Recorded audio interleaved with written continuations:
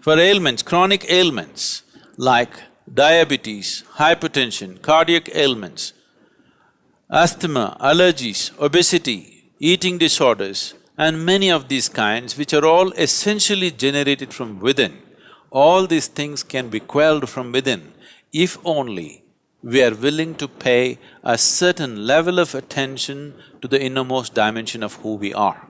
There are two types of ailments. One is infectious, another is chronic. Infectious diseases are those which happen because of an external invasion. An external organism invades the system and causes certain trouble, which has to be dealt with medication. But chronic ailment, what it means is, our own body is creating the problem. The disease is being manufactured in the system. This is common knowledge that every cell in the body is programmed for health. But why would it cause an ailment?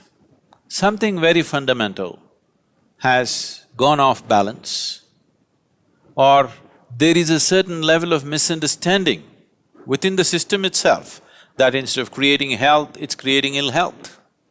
And we may be incubating this misunderstanding in so many different ways. When I say misunderstanding, not misunderstanding or understanding of your mind. On the cellular level, on the elemental level, there is a misunderstanding. So these things can be altered just by bringing about a certain balance in the system, activating a certain level of inner energy and accessing the innermost dimension of who you are, which is the very maker of this body. The very maker of this body is within you. When this is so, if there is a repair job to be done on this body, should you go to the manufacturer or to the local mechanic? Because the problem is being generated from within, it is very important that an inner solution is found for this. The inner engineering process is just about this, that you find access to this deepest dimension of intelligence and competence within ourselves, which is capable of generating this body, creating this body from what kind of material?